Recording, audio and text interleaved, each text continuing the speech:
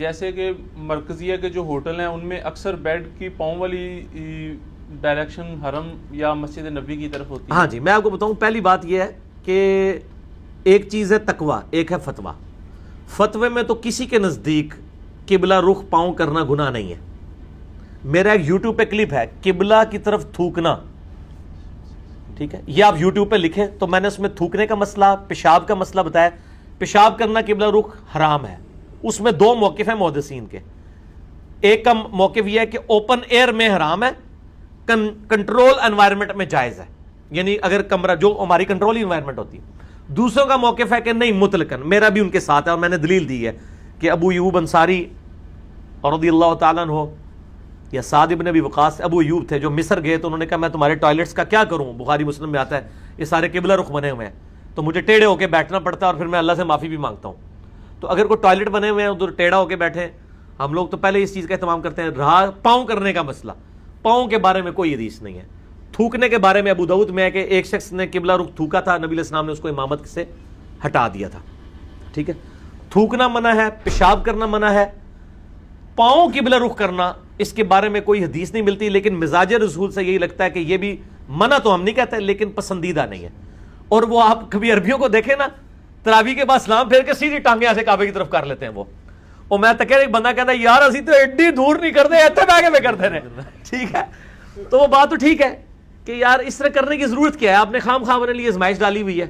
تو اگر اس طرح کی کوئی چیزیں ہیں مجھے بتائیں، اگر بیڈ کے پاؤں قبلے کی طرف ہوتے ہیں تو بیڈ نے آپ کو پکڑا تو نہیں ہوا کہ سر تو ضروری اتنے رکھنا ہے، لگ وشکار رکھنا ہے نا. صرف بیڈ صرف آپ سے یہ ڈیمانڈ کرتا ہے کہ لگ وشکار ہونا چاہیے. تو تسی سر ادھر کر لو تو تکیا اتنے رکھ لو، کیڑا مسئلہ، لگ تو وشکار ہی رہے گا. بیڈ آپ کو ساری دور کرنے کی اجازت دیتا ہے، لگ نہیں کرن دے گا، وہ کہے گا لگ وشکار ہے. نہیں پیر صاحب اگر سرانے ستے ہوئے نے تو اللہ تو بندے پھر تو تمہیں بیڈ اتنے سونے نہیں چاہیے، زمین اتنے سو تو پھر جس پاس مرضی لات کر لو. اچھا، یہ جو ایک بات مشہور ہے کہ قبلہ کی طرف اگر ہو نا پاؤں تو اس کو جگا دیں، تو اگر کسی کی طرف کسی کے قطب ستاری کی طرف ہو، جھوٹ ہے. میں نے اسی کلپ میں بتایا کہ بھی قطب ستارے کی کوئی اس طرح کی وقت نہیں آئی ہے. انہوں نے وہ غوث قطب ابدال کی وجہ سے قطب سمجھ لیا اس کو. تو قطبی ستارے کا مسئلہ ہی کوئی نہیں ہے. اگر کسی مسجد میں زیادہ اچھا اہتمام ہے، آپ کے گھر میں گیزر نہیں ہے، مسجد میں ہے، صاف ستھرا ہے، بیٹھ کے وضو کر سکتے ہیں. جس طرح ہم لوگ تو ابھی یونیورسٹی سے اپنے آفیسز سے عادی ہو چکے ہیں واش بیسن پہ وضو کرنے کا، یعنی میں کھڑے ہو کے وضو کرنے کو کمفرٹیبل سمجھتا ہوں. بعض لوگ کہتے ہیں خلاف سنت ہے، خلاف سنت نہیں ہے. اس میں کوئی آپ سے نے کوئی اس طرح کی وہ تو کل کو میں کہوں گا کہ بغیر کوزے اور لوٹے کے وضو کرنا خلاف سنت ہے. ٹوٹی خلاف سنت نہیں ان کو نظر آ رہی ہے، کھڑے ہو کے خلاف سنت ہے. بھائی کھڑے ہو کے جن چیزوں سے منع کیا گیا تھا وہ منع کر دیا گیا. کھڑے ہو کے ایسی جگہ پہ پیشاب کرنا کہ چھینٹے پڑے وہ منع ہے. اگر آپ کے اوپر چھینٹے نہیں پڑتے یا غسل کے دوران کھڑے ہو کے پیشاب کرتے ہیں اور بعد میں اپنا جسم دھو لیتے ہیں تو کھڑے ہو کے پیشاب کرنا بھی سنت ہے. بخاری میں حدیث ہے، امام ترمذی نے باب باندھا ہے کہ کھڑے ہو کے پیشاب کی ممانعت، اس کے بعد انہوں نے باب باندھا ہے کہ اس کی رخصت. مرد کے لیے کھڑے ہو کے پیشاب کرنا بھی سنت ہے اگر اس کے جسم کے اوپر چھینٹے نہ پڑے، یعنی بلندی سے وہ نیچے کی طرف. نبی علیہ السلام نے خود کیا مرد کے لیے، عورت کے لیے تو ظاہر پاسبل نہیں ہے. اچھا، واش روم میں جتنی دفعہ بھی جائیں، چاہے حاجت کے علاوہ کسی کام بھی جائیں، تو اس میں جاتی دفعہ اور نکلنے کے بعد دعا جو ہیں وہ پڑھنی ضروری ہیں اور ان کا اچھا ہے فائدہ؟ نہیں، صرف جب آپ پیشاب کے لیے جائیں گے پھر ہی دعا مانگیں گے نا، اس کے علاوہ نہیں.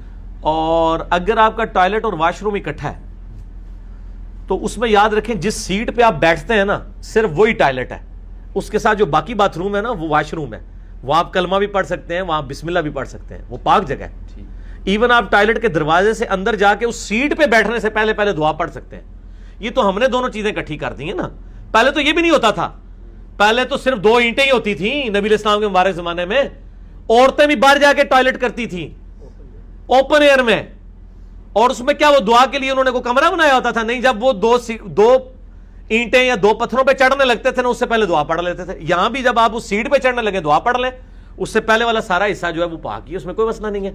اور آپ کیونکہ وہ جنات کا اماج گاہ ہے. صحیح بخاری میں حدیث ہے، اللہم انی اعوذ بک من الخبث والخبائث، اے اللہ میں شریر جن اور جنیوں سے تیری پناہ میں آتا ہوں. ٹھیک ہو گیا؟